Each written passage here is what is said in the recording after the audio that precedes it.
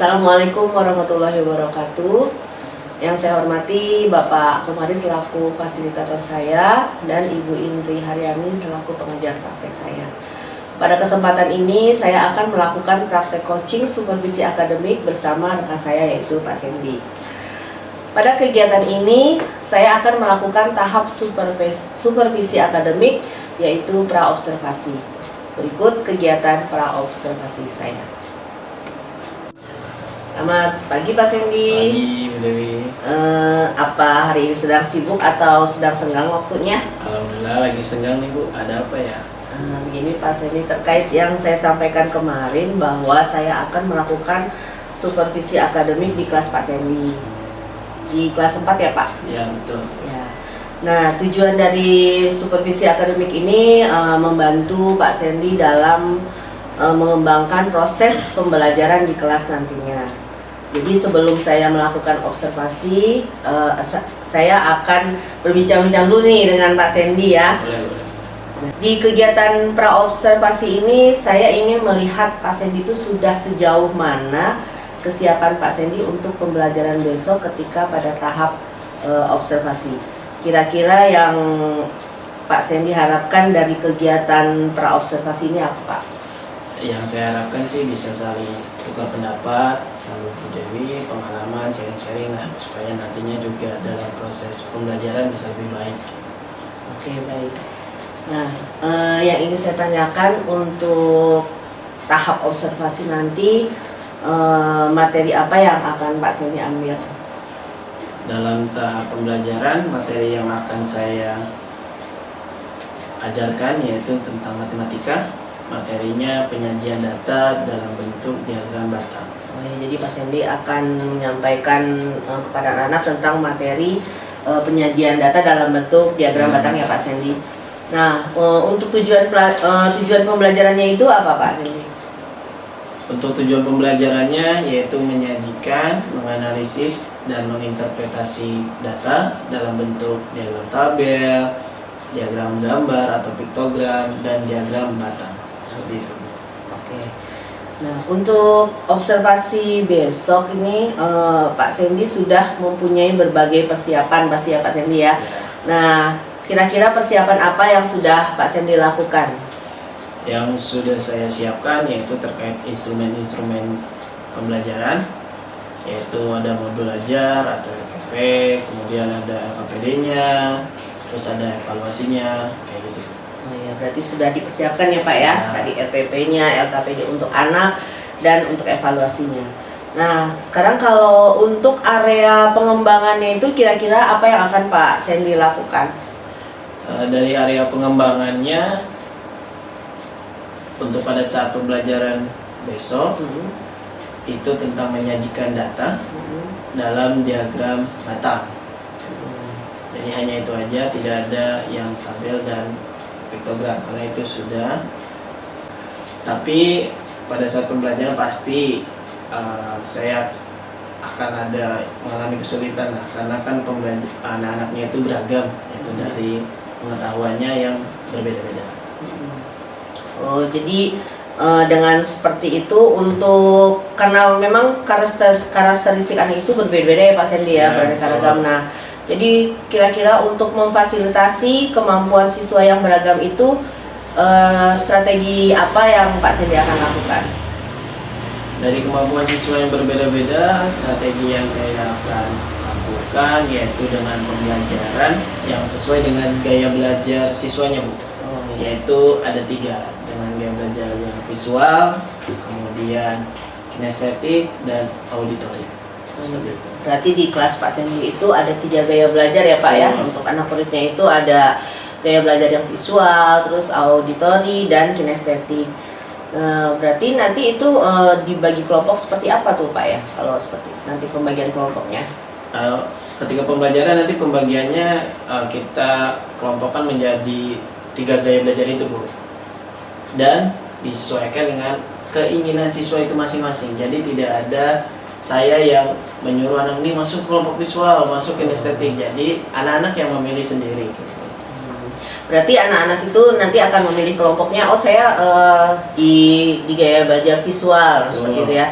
Nah, berarti anak-anak itu sudah tahu ya Pak, maksudnya penggolongan gaya belajar yang visual, yang kinestetik, dan yang auditori gitu Bapak sudah jelaskan ya. Sudah. Bagus sekali Pak Sendia sudah menjelaskan itu.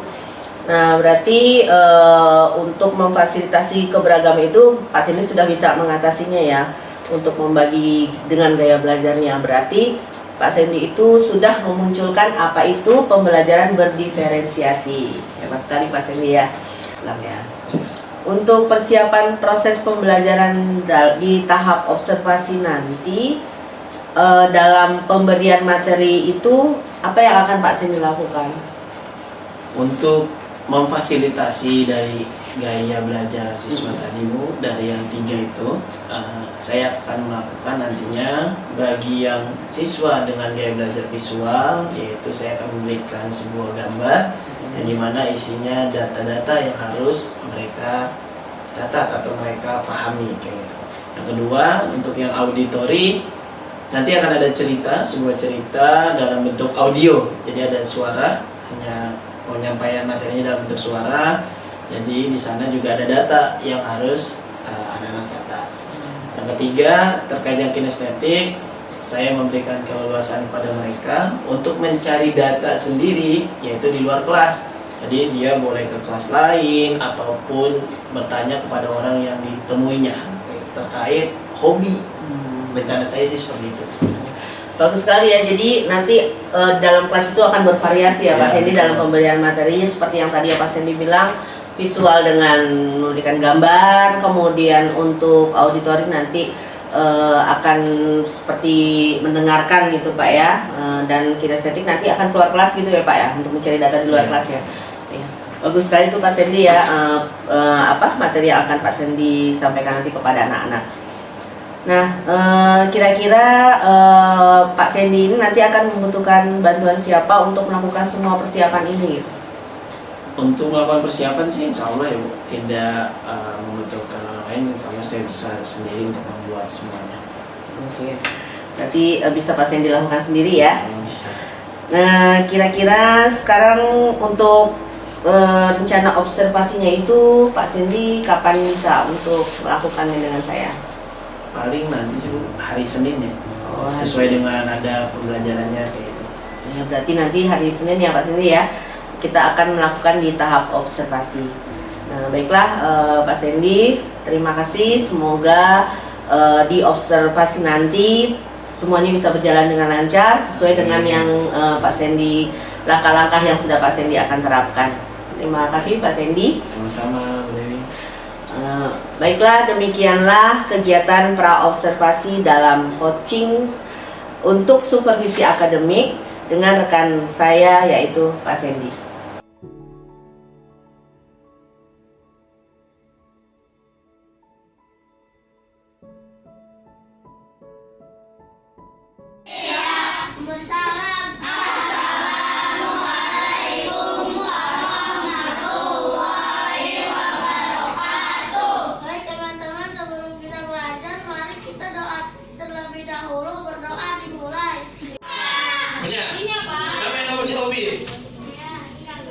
Nah, semuanya punya ya. Mas ini mau tanya, kira-kira hobinya apa aja yang kalian sering lakukan? Piktogram, diagram apa? Diagram gambar, diagram betul udah?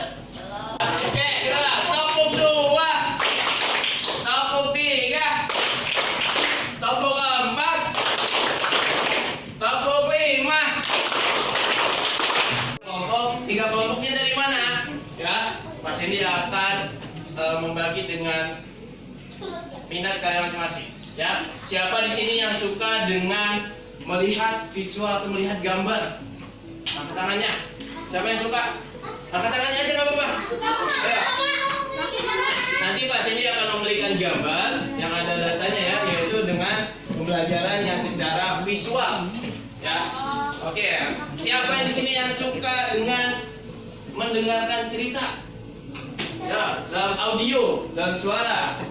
Oke, ada lagi. Oke, setelah itu siapa yang langsung praktek, langsung gerak? Siapa yang suka itu? Gak suka. nggak suka, nggak suka. Hah? Oke. Semuanya siapa yang mau? Faris. Ya silakan Faris. Lionel, Marlo.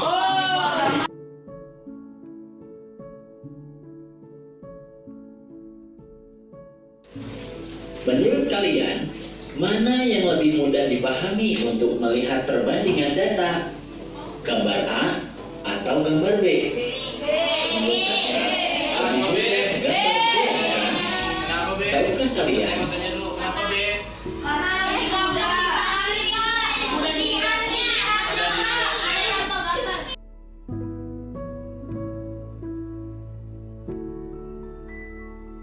Catat data-data yang kalian dapatkan sudah semua? Nah, di sini pasiennya akan memberikan lembar kerjanya dan kalian hanya ada 2 pertanyaan yang akan dicatat di sini, ya, yaitu mencatat data yang tadi sudah dicatat di buku. Kemudian yang kedua, sajikan ke dalam bentuk diagram batang, ya, seperti contoh yang tadi. Dan silakan untuk kelompok yang visual maju 2 orang.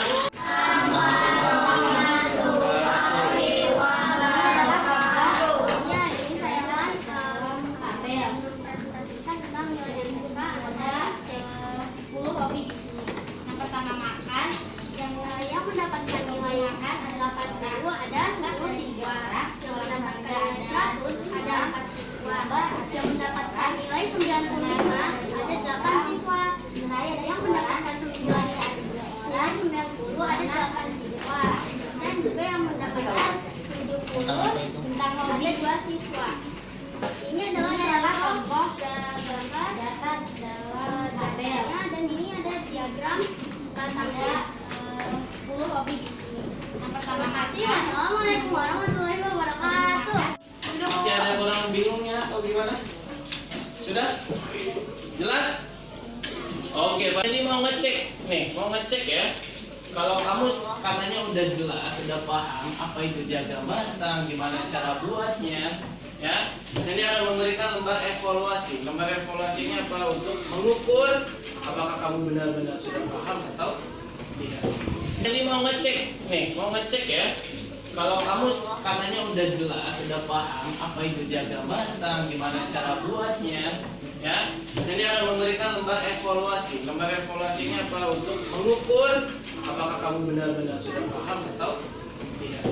Sudah mengerjakan lembar evaluasi yang masih dikasih, ya. Pasien nanti akan nilai apakah kalian sudah paham atau belum terkait diagram batang. Kita akan menyimpulkan hari ini kita sudah belajar apa aja tadi? Diagram batang. Apa lagi? Hah? Data. Ya, bagaimana cara membuat diagram batang. Terus tadi juga kita belajar sesuai dengan keinginan kalian. Ada yang tentang visual, audio, dan kinestetik. Ya, mudah-mudahan semuanya paham tentang diagram apa itu diagram batang. Baik.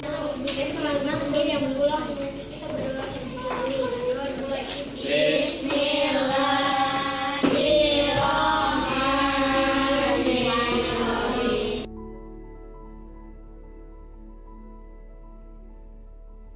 Selamat siang Pak Sandy. Selamat siang Bu Dewi. Bagaimana kabarnya Pak? Alhamdulillah baik. Maaf nih mengganggu waktunya sedikit, bisa kan ya Pak Sandy? Tidak apa-apa, silahkan.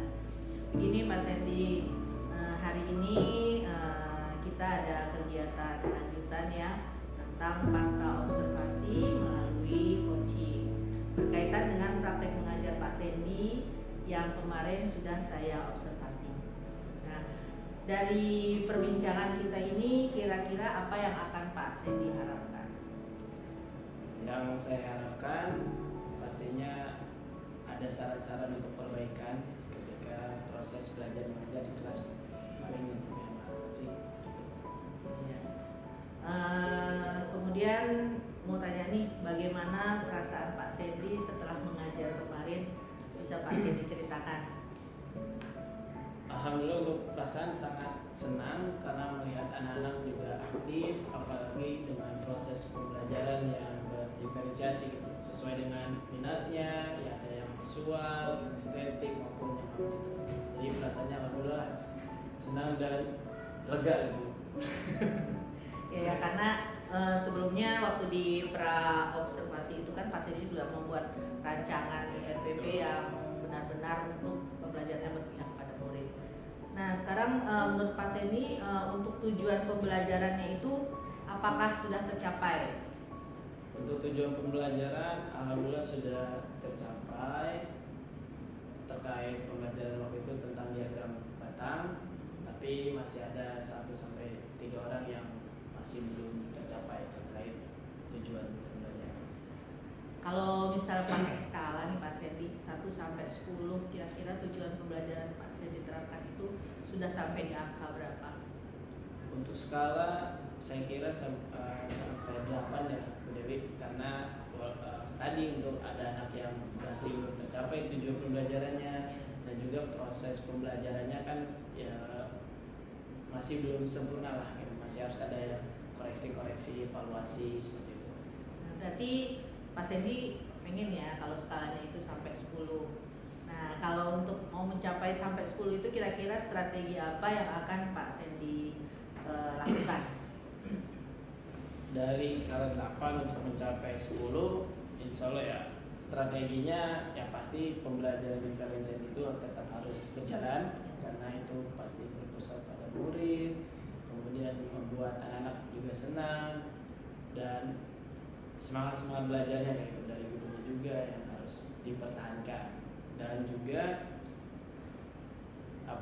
yang terkait segi produknya, itu ketika pembelajaran memang ada yang kurang kayak gitu. Kurangnya apa? Saya masih belum membedakan antara yang audio, kinestetik sama yang visual. Itu masih satu kelompok yang sama lah untuk produknya, dengan membuat diagram batang hasil dari data yang didapat. Jadi bagus sekali ya, jadi nanti pembelajaran itu sudah berdiferensi sesuai dengan gaya belajarnya, kemudian nanti untuk produknya juga akan Pak Sandy bedakan. Ya, betul.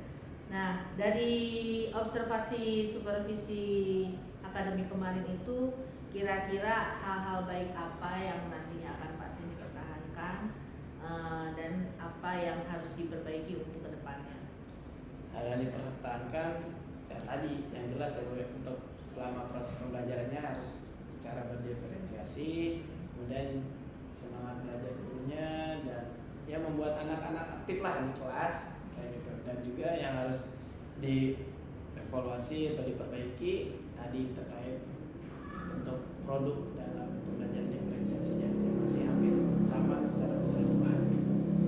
Ya, jadi itu ya yang akan Pak Sandy perbaiki ya untuk kedepannya. Nah, untuk rencana perbaikan itu kira-kira kapan Pak Sandy akan melaksanakannya sesuai dengan target waktu ini, kapan gitu kira-kira? Ya secepatnya mungkin ya Bu, sesuai dengan jadwal materinya juga dan pembelajarannya seperti itu. Nah, dalam rencana perbaikan itu apakah Pak Sandy membutuhkan bantuan dari teman atau seseorang atau rekan kerja yang menjadi sosok inspirasi buat Pak Sandy? Ya pastinya harus, kalau menurut saya sih ada ya Bu, karena kita juga kan harus makhluk sosial, nggak mungkin selalu sendiri, minta saran-saran dari guru-guru yang lain yang udah berpengalaman gitu, pastinya ada. Kecuali ini juga khusus untuk matematika ya, guru yang inspirasi ada Bu Nopi, bisa minta saran juga sama Bu Nopi terkait pembelajaran matematika yang bisa lebih menyenangkan ke depannya teman. Ya bagus ya Pak Sandy, jadi memang kita sebagai guru harus saling berkolaborasi Ya, apalagi betul. untuk anak-anak. Jadi dari coaching ini kira-kira Pak Sandy sudah menemukan ya, maksudnya solusinya, langkahnya nanti untuk perbaikannya seperti apa yang sudah Pak Sandy tadi diucapkan sama Pak Sandy. Masih ada nggak nih yang mengganjali hati Pak Sandy yang mau Pak Sandy utarakan di dalam coaching? Sepertinya tidak ada sih. Mungkin nanti kalau ada saran lagi dari Ustaz Dewi atau apa, boleh sampaikan ke saya. Baiklah Pak Sandy ya, jadi